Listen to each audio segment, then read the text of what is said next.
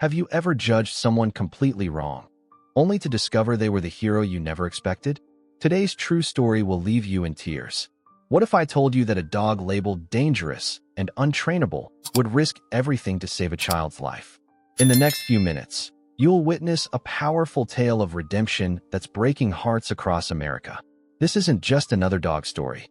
This is about Diesel, a German shepherd abandoned to a lonely shed, and the split-second moment that changed everything when a child's life hung in the balance. Before we dive in, take a second to hit subscribe and turn on notifications so you don't miss our weekly stories that prove the incredible bond between humans and animals. And drop a comment letting me know where you're watching from. Are you a dog lover from Texas, Montana, New York? I read every comment. Now, let me take you to Rosewood Ranch, where a family's peaceful summer was about to be shattered by danger and saved by the most unexpected hero. The Montana sun cast long shadows across Rosewood Ranch as Benjamin Clark's Tesla Model X crunched along the gravel driveway. At 58, Benjamin had the weathered face of someone who'd spent his youth outdoors before technology became his world.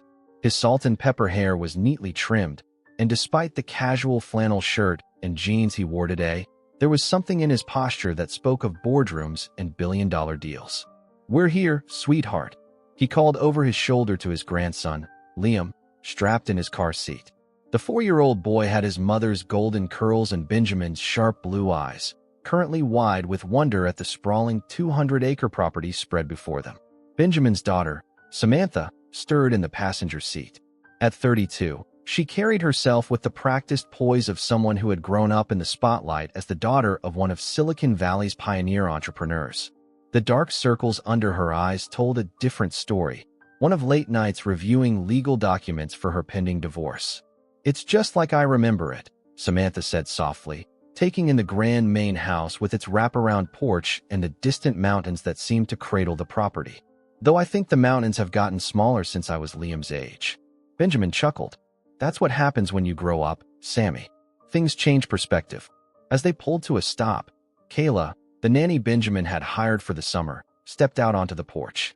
In her mid-20s with practical brown hair pulled back in a ponytail and dressed in jeans and a simple t-shirt, she was exactly what Benjamin had wanted, someone sensible and attentive who could help give Samantha the break she desperately needed. "Welcome to Rosewood," Kayla called, descending the steps to help with their luggage. "Grandpa, are there horses?" Liam asked, bouncing in his seat as Benjamin unbuckled him. "There sure are, buddy, and they're excited to meet you." Samantha took a deep breath of mountain air. 3 months here is exactly what we need. No lawyers, no reporters, no Silicon Valley gossip. Benjamin nodded, lifting Liam into his arms. "I've had the chef stock the kitchen with all your favorites. And the east wing is all set up, just like you used to like it." Inside, the ranch house was a perfect blend of luxury and rustic charm. Hardwood floors covered with authentic Navajo rugs, soaring ceilings with exposed beams, and full-length windows that showcased the spectacular Montana landscape. The scent of pine and freshly baked bread filled the air. "I had Mrs. Collins come in to make her famous sourdough," Benjamin explained, leading them through the great room with its massive stone fireplace. "There's nothing like it after a long drive." That evening, as the sun began its descent behind the mountains, painting the sky in hues of orange and pink, they sat on the porch, watching Liam chase fireflies across the lawn. "Dad," Samantha said quietly, "I can't thank you enough for this. After everything with Mark, I just needed to get away." Benjamin squeezed his daughter's hand. "Rosewood has always been our sanctuary. It's where your mother and I came when things got too noisy in the tech world." His voice softened. "I think she'd be happy to know it's still serving that purpose." As night fell over Rosewood Ranch, stars emerged in a brilliant display seldom seen in city skies. For the first time in months, Samantha's shoulders relaxed, and Liam's laughter rang clear in the crisp mountain air. Unknown to them all, across the property, past the horse pastures and workshop buildings, a pair of amber eyes watched from the darkness of a shed, the only part of Rosewood Ranch that held no welcome for the summer ahead. Half a mile from the main house, tucked behind the equipment barn where the drone of machinery often masked other sounds, stood a weathered wooden shed. The structure leaned slightly to one side, as if bearing a weight beyond mere years. A heavy chain snaked from an iron stake in the ground to the shed's entrance, where it disappeared into shadow. Inside, Diesel lay on a bed of hay, his massive frame tense despite his stillness. At 3 years old, the German Shepherd had the powerful build of his breed, broad chest, strong shoulders, and the muscular hindquarters of a dog bred for work and endurance. His coat was primarily black with tan markings that swept like flames across his face and legs. One ear stood perpetually at attention while the other drooped slightly, the result of an injury during his first attempt at police training. Frank Martinez, Benjamin's ranch foreman for 15 years, approached the shed carrying a metal bowl of kibble and a plastic jug of water. At 47, Frank had the sturdy build and calloused hands of someone who'd spent his life working outdoors. His face was tanned and lined, with deep creases around his eyes from years of squinting into the Montana sun.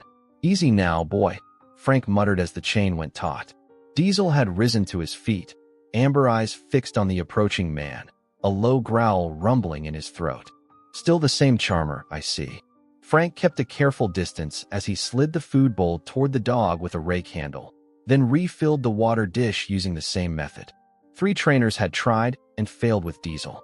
The last one, a former military dog handler from Billings, had deemed him neurologically unsound and suggested euthanasia. "Boss still hasn't decided what to do with you," Frank said, watching as Diesel cautiously approached the food.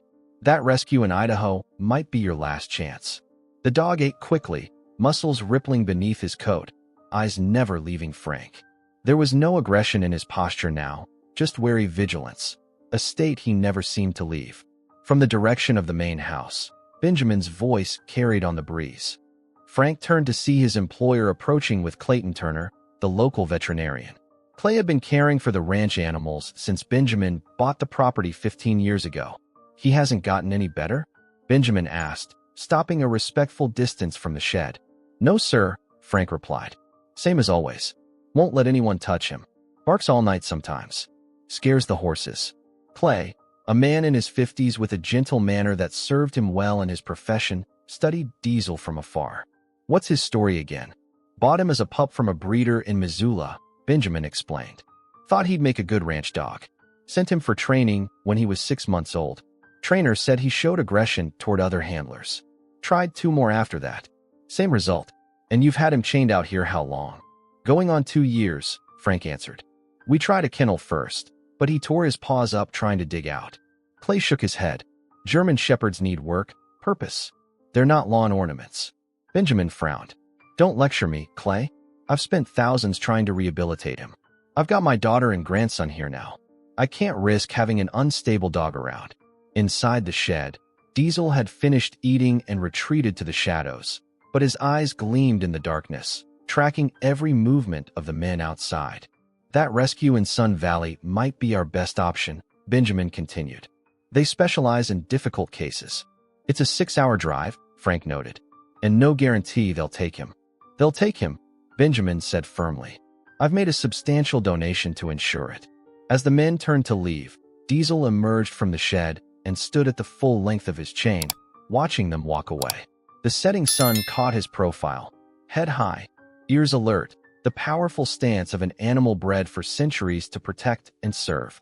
For a moment, silhouetted against the fading light, he looked less like a problem to be solved and more like a sentinel awaiting a purpose he had yet to discover. "We'll make the arrangements next week," Benjamin said as they walked toward the main house. "It's for the best." Behind them, Diesel remained at attention until they disappeared from sight. Then, with what almost seemed like resignation, he returned to the shadows of his solitary outpost. The morning sun filtered through the tall windows of Benjamin's study, illuminating the rich mahogany desk where he sat reviewing spreadsheets on his laptop. Though he'd promised Samantha a work-free summer, old habits died hard. A soft knock at the door broke his concentration. "Come in," he called, closing his computer as Samantha entered, cradling a mug of coffee between her hands. "You're working," she observed with a knowing smile. "Some things never change." Benjamin shrugged. "Just checking in. The company doesn't run itself." Samantha settled into a leather armchair across from him. "I heard some barking last night. Pretty far from the house, but it was loud enough to wake me." Benjamin's expression tightened. "That would be Diesel. He's a project that didn't work out. A dog? I didn't know you had one. Not for much longer, Benjamin replied, reaching for a folder on his desk. He slid out a brochure with Second Chance Ranch, Rehabilitation for Challenging Canines, printed across the top. I've been in touch with this place in Idaho. They specialize in difficult cases. Samantha took the brochure, scanning it with interest. What happened? You've always had such a way with animals. Benjamin leaned back in his chair, running a hand through his hair. I bought him as a pup from what was supposed to be the best breeder in the state. Paid a small fortune. But something's not right with him. 3 professional trainers couldn't do anything with him. The last one said he's dangerous. That's too bad, Samantha murmured, setting down the brochure. What's wrong with him exactly? Unpredictable. Aggressive toward strangers. Won't let anyone handle him. He's been living in the old storage shed because he can't be trusted around the other animals or staff. Benjamin's tone was matter-of-fact, but tinged with disappointment.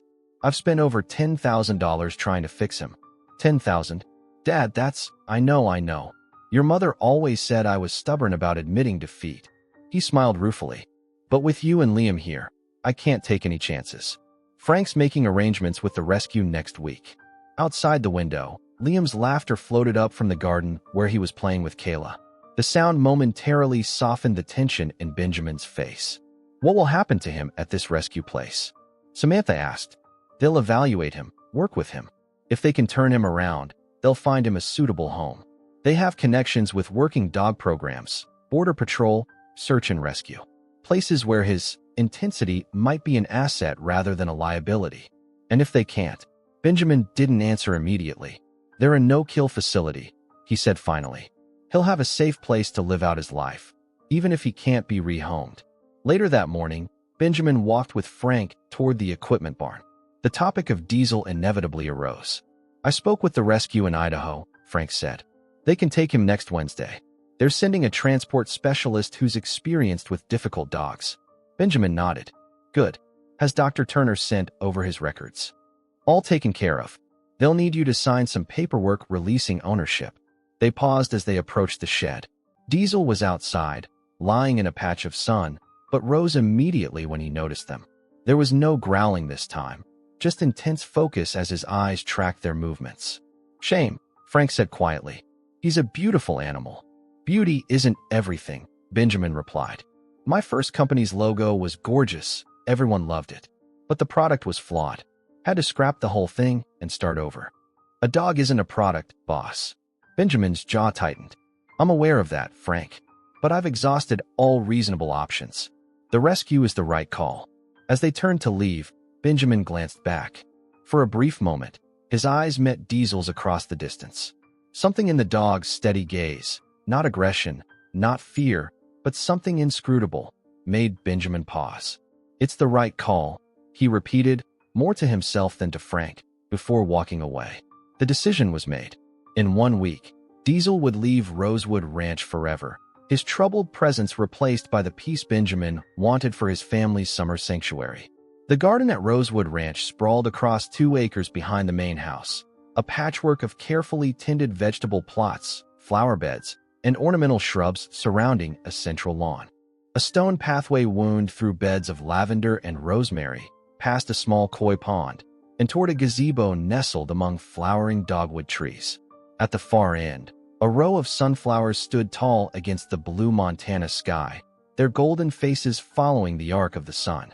It was just past 9 in the morning, and the day had the perfect, unhurried quality that seemed unique to summer. Kayla sat on a checkered blanket spread across the lawn, watching as Liam carefully arranged plastic dinosaurs in what he called a prehistoric garden party. The T-Rex gets to sit by the flowers because it's his birthday, Liam explained seriously, placing the fearsome predator next to a cluster of daisies. That's very thoughtful of you, Kayla replied, adjusting her sun hat. She'd been with the Clark family for just over a week now, and had quickly grown fond of her young charge. Do dinosaurs have birthdays? Liam considered this with furrowed brows. Grandpa says everything that's alive has a birthday, even the trees. From the French doors leading to the kitchen, Samantha emerged carrying a tray with a pitcher of lemonade and glasses. Her hair was pulled back in a loose ponytail, and for the first time since arriving, her face looked truly relaxed. How are my two favorite people this morning? She called, making her way across the lawn. Mommy, the dinosaurs are having a party. Liam jumped up and ran to her, nearly causing her to spill the lemonade. Careful, sweetheart, Samantha laughed, setting the tray on a nearby stone bench. I thought you might be thirsty out here in the sun. Kayla stood to help with the drinks. He's been having the best time. We identified 5 different butterflies using that field guide your father gave him. That sounds wonderful. Samantha poured lemonade into the glasses. I just got off the phone with my lawyer. He said not to worry about anything until after Labor Day. She sighed contentedly. I think I might actually be able to relax for once. You certainly deserve it, Kayla said, accepting a glass. Liam told me you work really hard at the, place where people argue about money. Samantha laughed. That's one way to describe corporate law. Though lately it's been more about arguing with my soon-to-be ex-husband about money. She glanced at Liam, making sure he was absorbed with his dinosaurs and out of earshot. It's been a rough year. Well, this seems like the perfect place to heal, Kayla observed, gesturing to the panoramic view of mountains beyond the garden.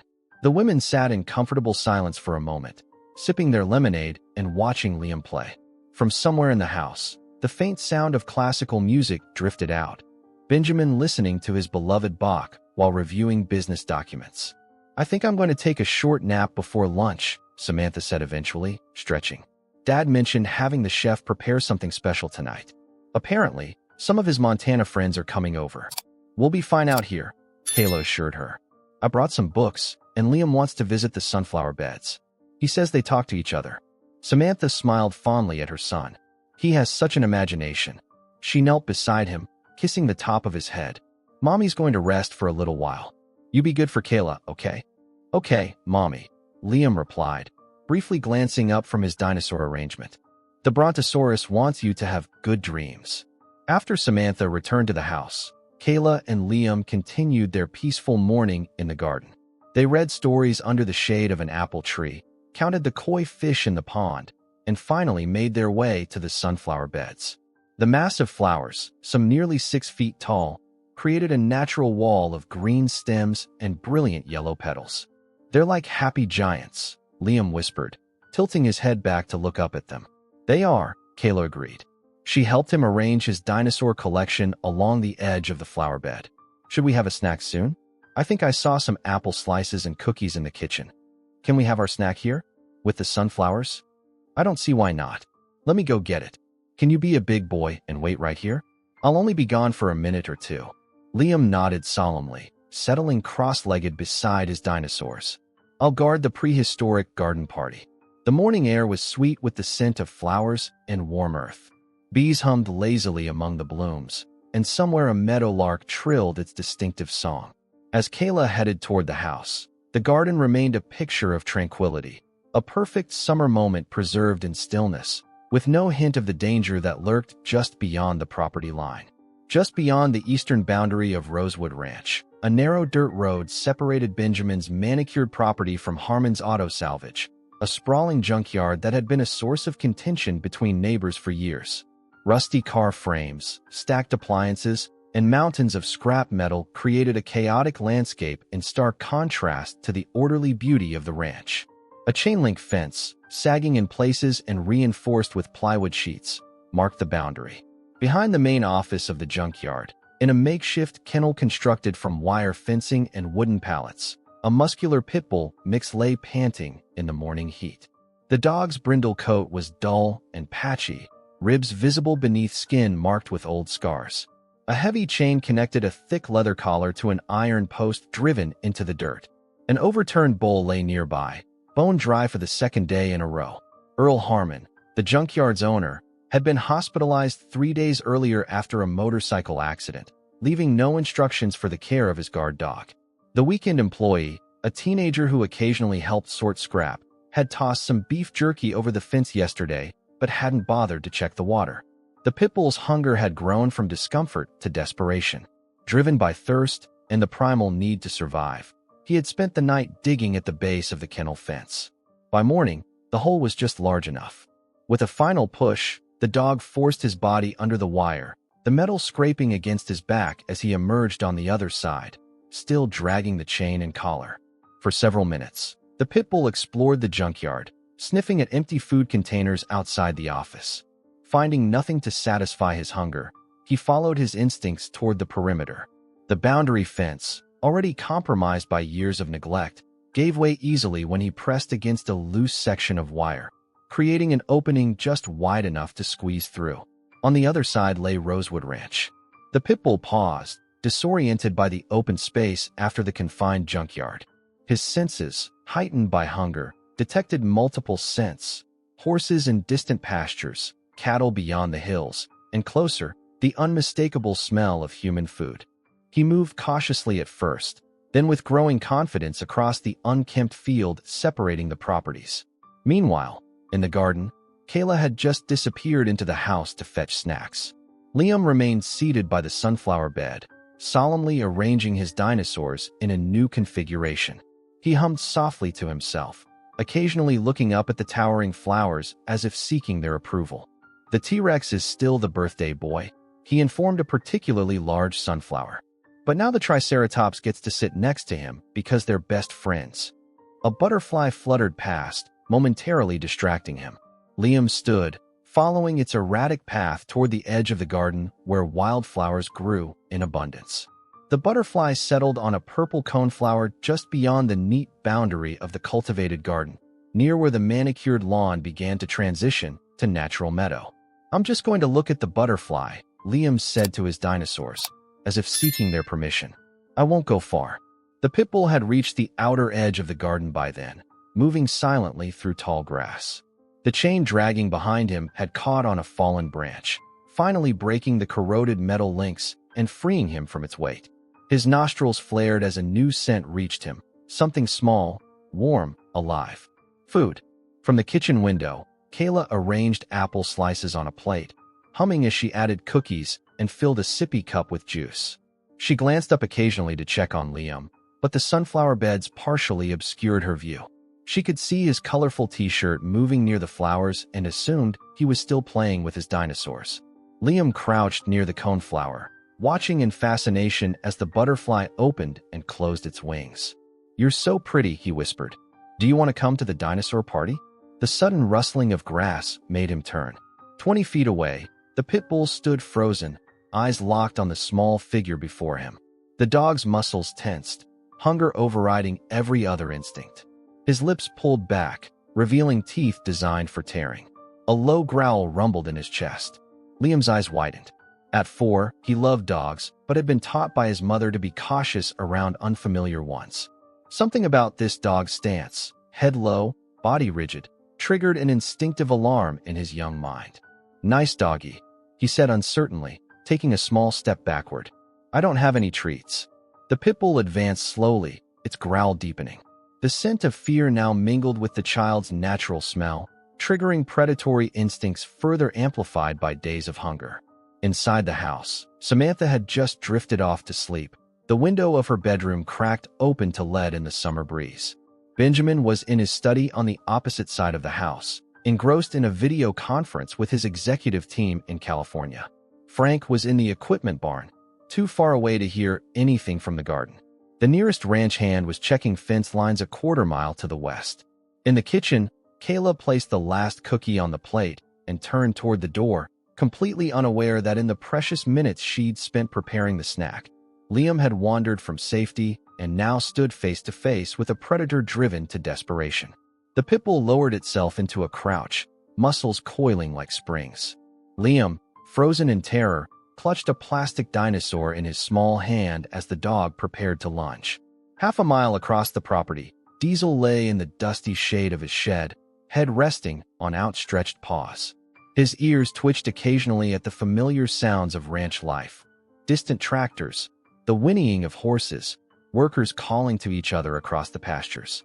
After 2 years of confinement, he had learned to filter these normal noises, responding only to approaching footsteps that might signal food or water. Today, however, something different penetrated his consciousness. It wasn't a sound at first, but a scent, faint and foreign, carried on the shifting breeze.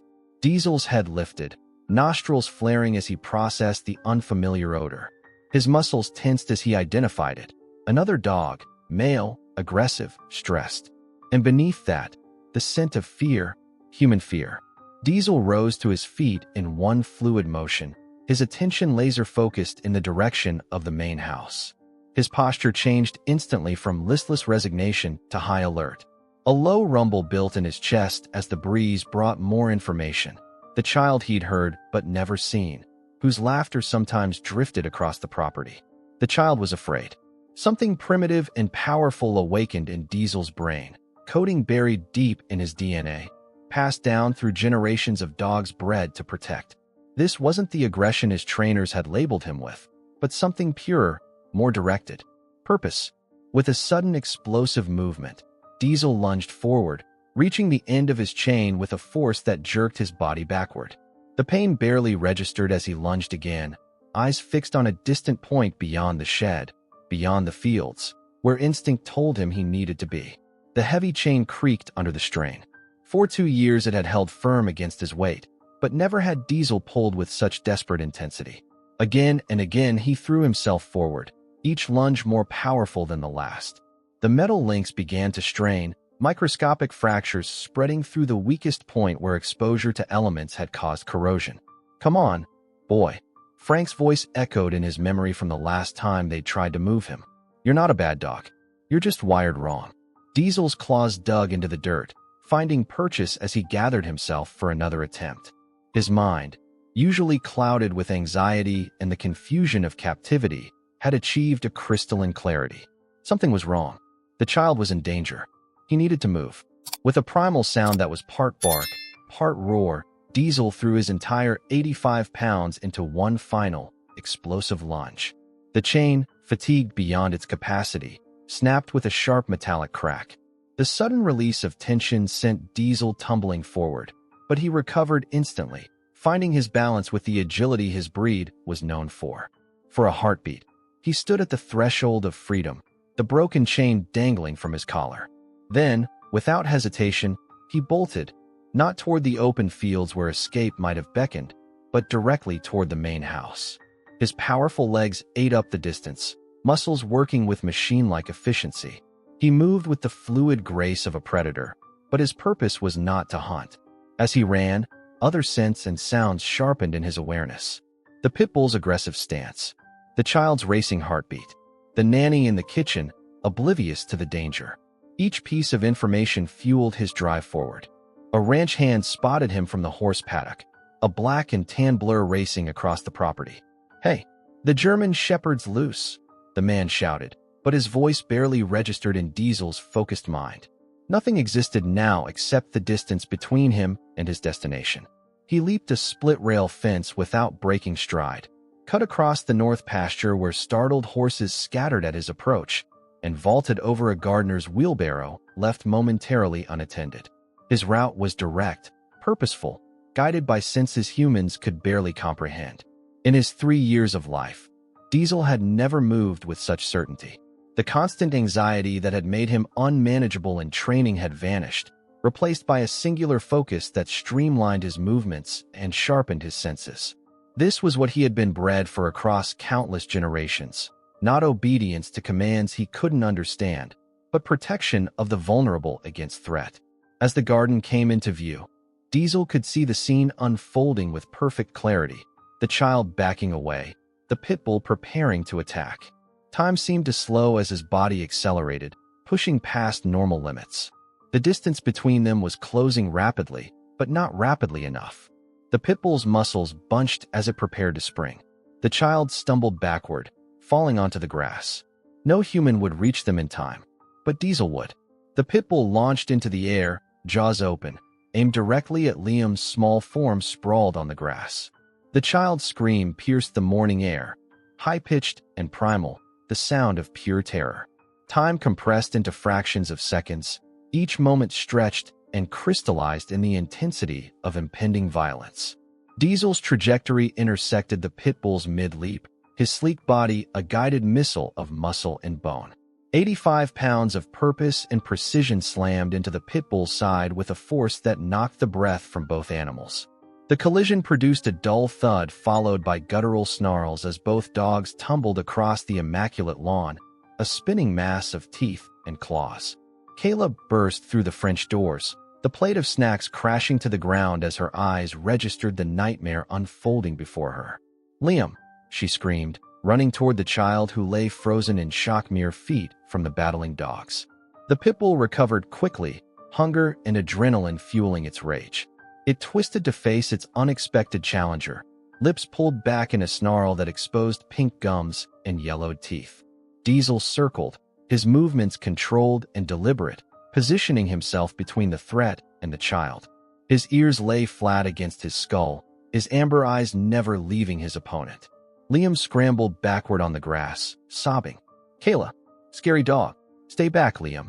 Don't move." Kayla's voice shook as she assessed the impossible situation, two powerful dogs between her and the child, with no safe path to reach him. The Pitbull charged first, going straight for Diesel's throat. Diesel pivoted at the last moment, using the tactical advantage his training had begun but never completed. His jaws found the Pitbull's foreleg instead, clamping down with crushing pressure. The Pitbull howled in pain but responded with a vicious bite to Diesel's shoulder that tore through fur and skin. Blood spattered the green lawn as the animals separated momentarily, circling and reassessing. Diesel's shoulder wound pulsed crimson, but he gave no indication of pain. The Pitbull favored its injured leg, its determination undiminished by injury. "Help! Somebody help us!" Kayla screamed toward the house, afraid to take her eyes off Liam. The commotion had reached the main house. Samantha bolted upright in bed at the sound of screams, her maternal instincts propelling her toward the window. The scene below registered in horrifying clarity. Her son on the ground, two dogs locked in combat just yards away, and Kayla frozen in panic. "Liam!" Samantha's scream echoed through the house as she raced from the bedroom. In his study, Benjamin dropped his tablet at the sound of his daughter's cry. He burst into the hallway just as Samantha flew down the stairs. "The garden!" she gasped, already heading for the door. Outside, the battle had escalated. The dogs crashed through a flower bed, shredding carefully tended petunias and snapdragons. Soil and plants flew in their wake as they rolled and twisted, each seeking advantage. The Pitbull, weakened by days of hunger but driven by desperation, fought with chaotic fury. Diesel, in contrast, fought with methodical precision, each movement calculated to wear down his opponent while keeping the battle away from the child. Liam had managed to crawl backward toward a stone bench. His dinosaurs lay scattered and forgotten across the lawn, casualties of the sudden chaos. Tears streamed down his face as he called for his mother. A particularly vicious exchange sent both dogs crashing into a ceramic planter, shattering it. The Pitbull, momentarily stunned, shook its head, blood and saliva flying from its jaws. Diesel seized the opportunity, driving forward with renewed intensity. His jaws locked onto the Pitbull's neck, not at the throat where a kill bite would be delivered, but at the thick muscle of the shoulder, pinning the dog down. The Pitbull thrashed wildly, trying to break free from the hold. Its claws raked Diesel's underbelly, drawing fresh blood, but Diesel's grip remained unyielding. The Pitbull's movements grew increasingly desperate, then gradually weaker as exhaustion began to take its toll.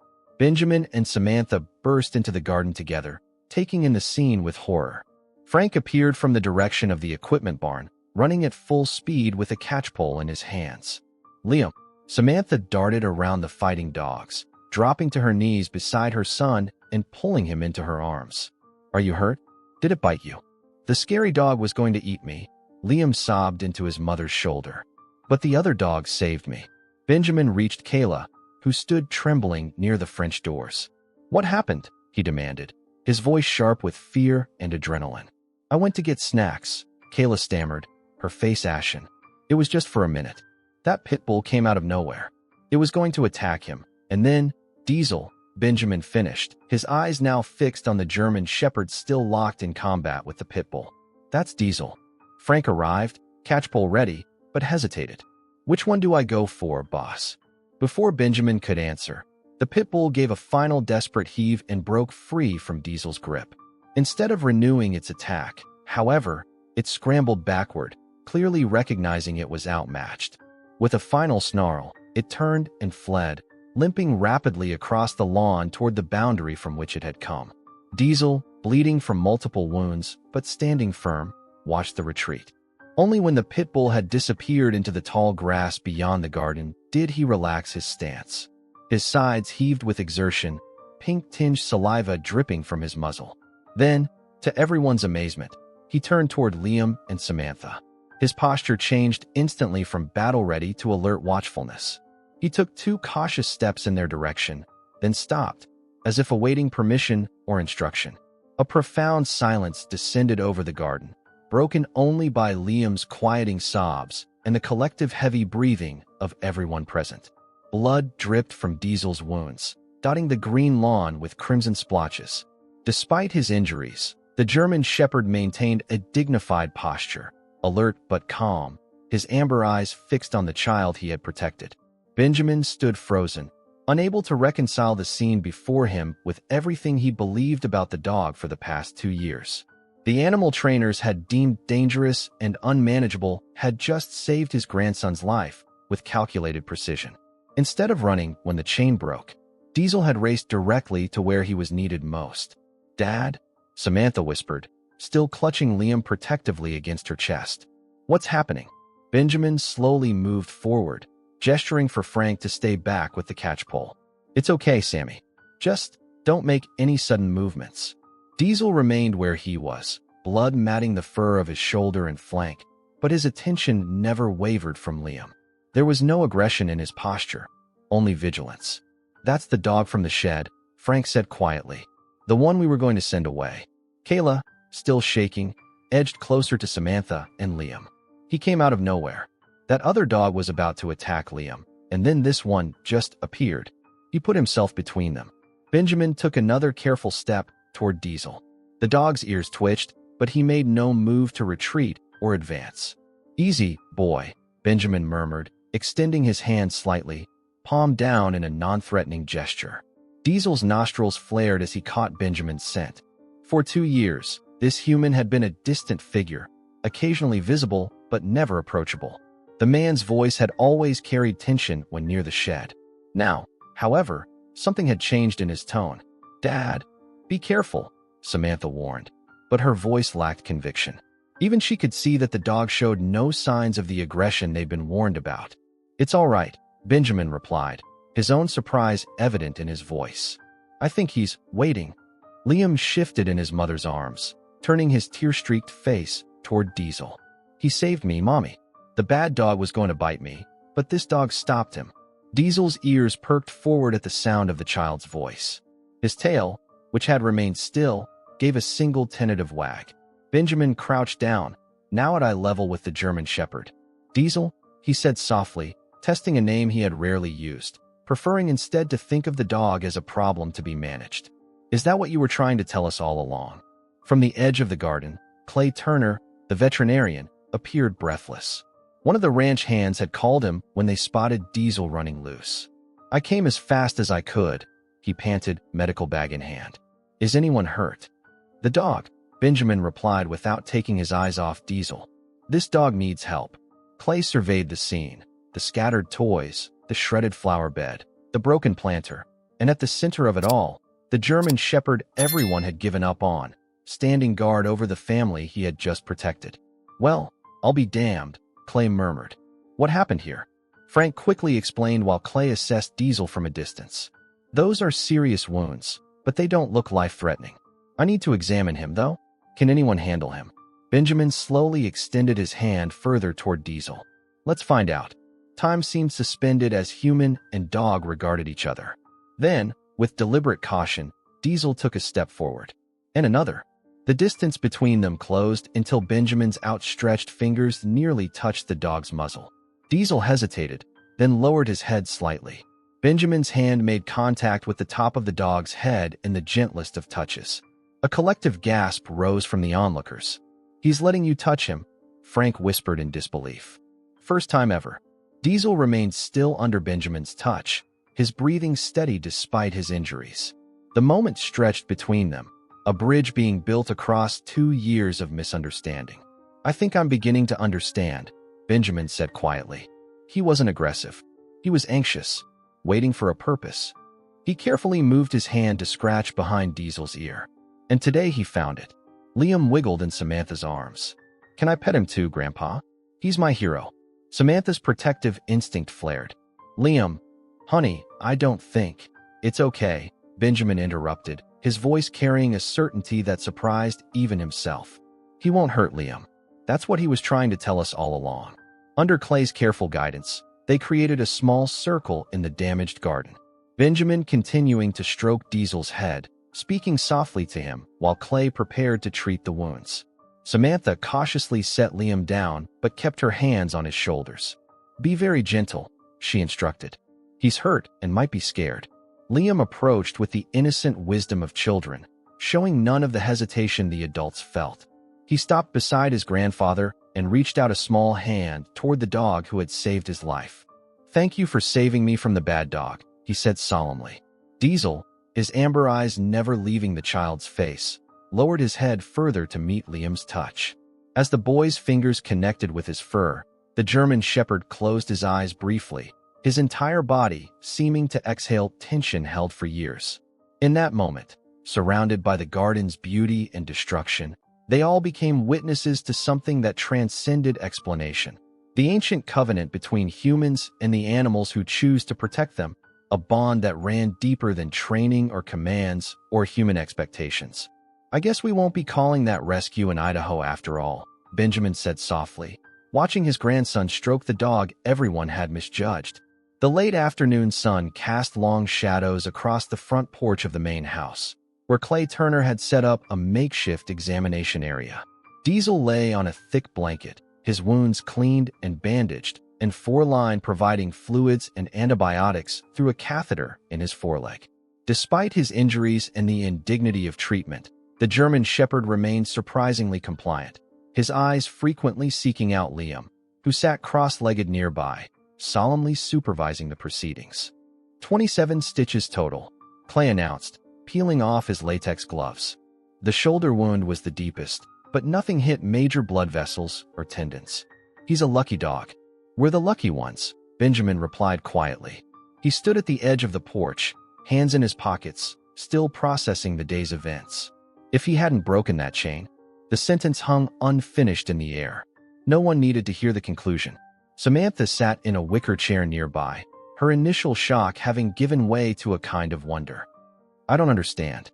Everyone said he was dangerous, untrainable. Clay packed instruments into his medical bag. German shepherds are complex animals. They're bred for work, protection, intelligence. When they don't have a purpose, they can develop behaviors that look like aggression but are actually frustration, anxiety. I had him chained in a shed for 2 years, Benjamin said, the weight of the realization evident in his voice. Alone. And yet, when he got free, his first instinct wasn't to run or attack. It was to protect. Clay gestured toward Liam. He knew exactly where to go and what to do. Frank joined them from the driveway, where he'd been speaking with the county animal control officer. They found the Pitbull. It collapsed about a half-mile away, near the junkyard fence. They're taking it to the shelter for treatment and evaluation. What will happen to it? Samantha asked. Hard to say. Harmon's still in the hospital. Apparently, no one was feeding the dog. Animal control's filing neglect charges. Benjamin shook his head. I've complained about that junkyard for years. The county never does anything. They're doing something now, Frank assured him. And they're not blaming Diesel. The officer said it was a clear case of defense. Liam, who had been quietly listening while petting Diesel's uninjured side, looked up. Diesel was brave, wasn't he, Grandpa? Benjamin crossed the porch and knelt beside his grandson. Yes, he was. Braver than any of us knew. Can he sleep in my room tonight? I want to make sure the bad dreams don't get him. The adults exchanged glances. Samantha opened her mouth to object, but Clay spoke first. Actually, I need to keep him under observation tonight. Those 4 antibiotics need to run their course. He patted the blanket beside Diesel. But there's room for a sleeping bag right here if someone wanted to keep him company. Liam's face brightened. Can I, Mom? Please.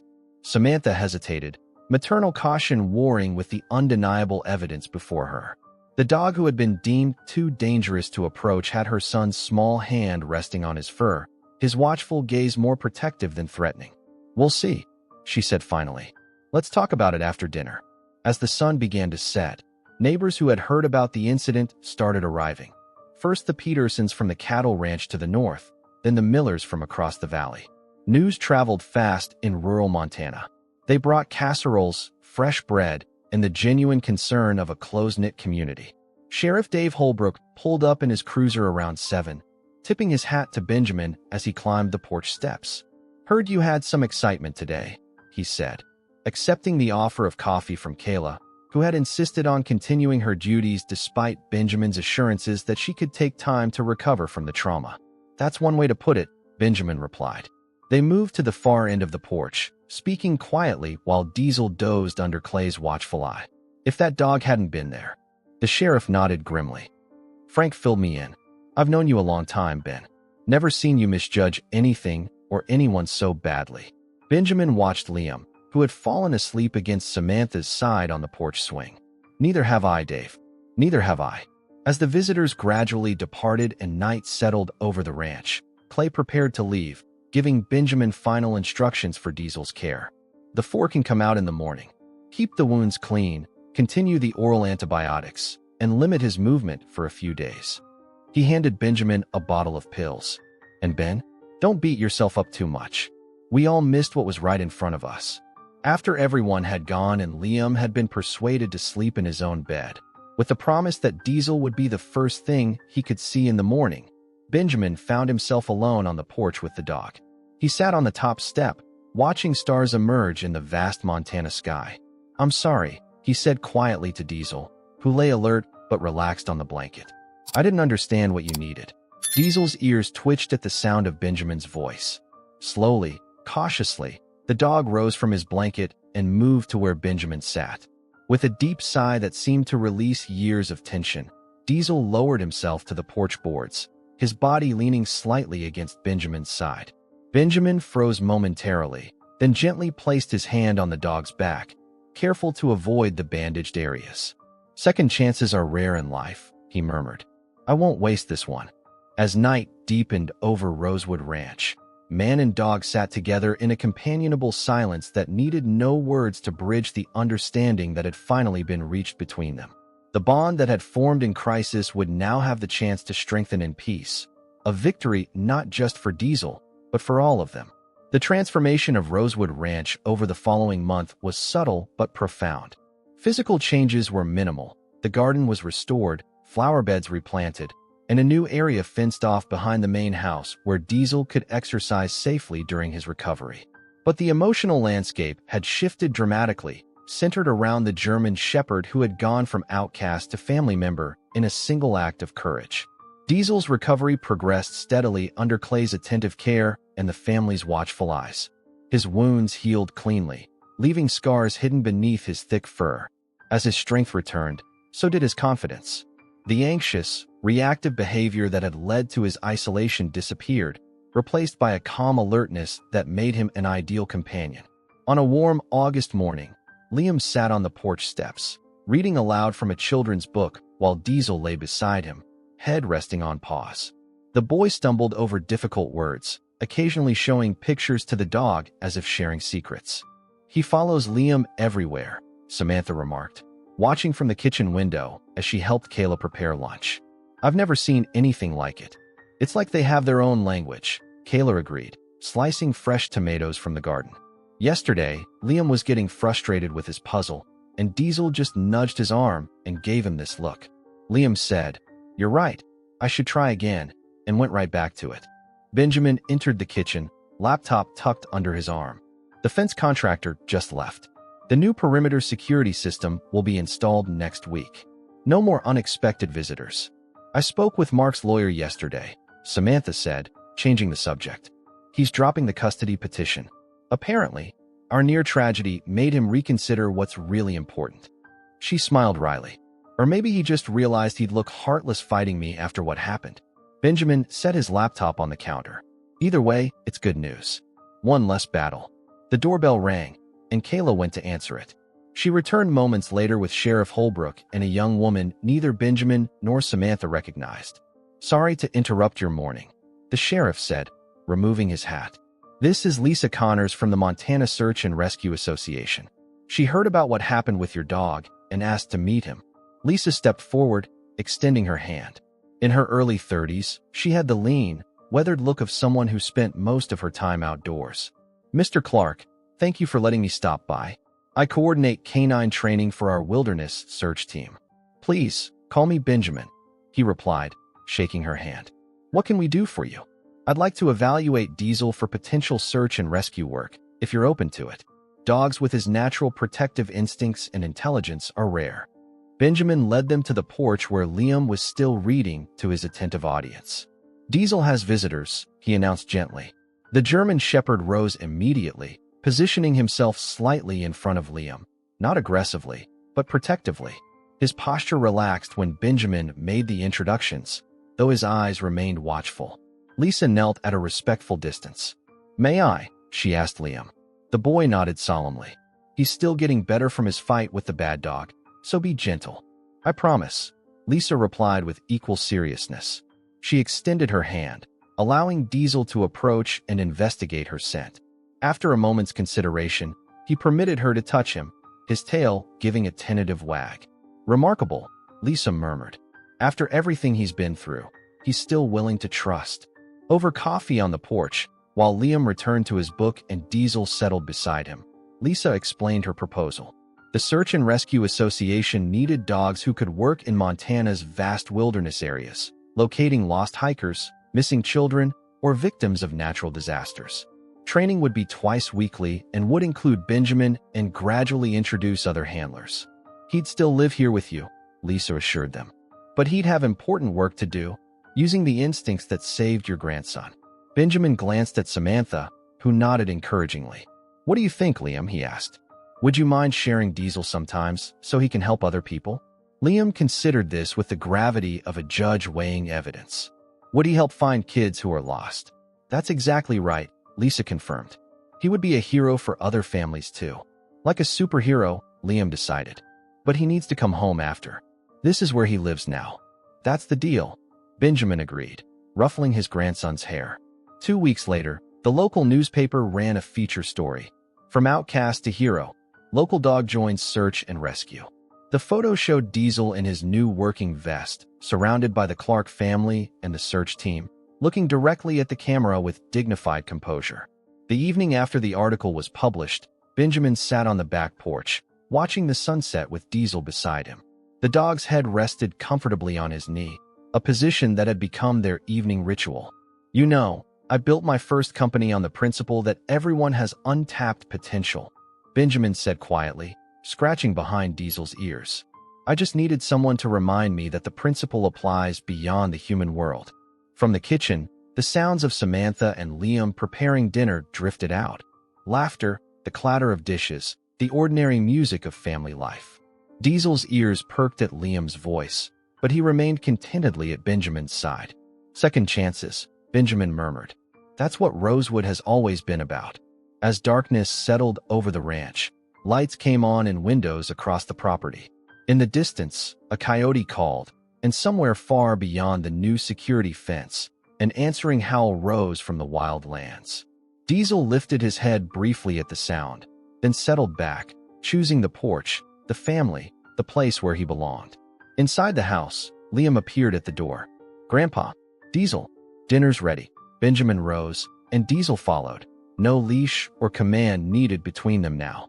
As they crossed the threshold together, the German Shepherd paused for one last look at the vast Montana night before turning to join his family in the warmth and light of home.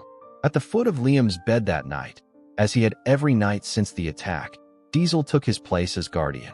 The boy reached down to pat his head one final time before sleep. "Night, Diesel. You're the best superhero ever." The German Shepherd sighed contentedly and closed his eyes, his purpose clear, his place in the world finally secure. From outcast to hero, from isolation to belonging, Diesel's journey had come full circle under the big sky of Rosewood Ranch, where second chances were not just given, but honored. Leave a like, subscribe to the channel, turn on the notification bell, and if you've watched this far, comment "I watched this far" and leave your opinion about this story. Oh, and don't forget to watch the next video that appears on the end screen. It's very emotional.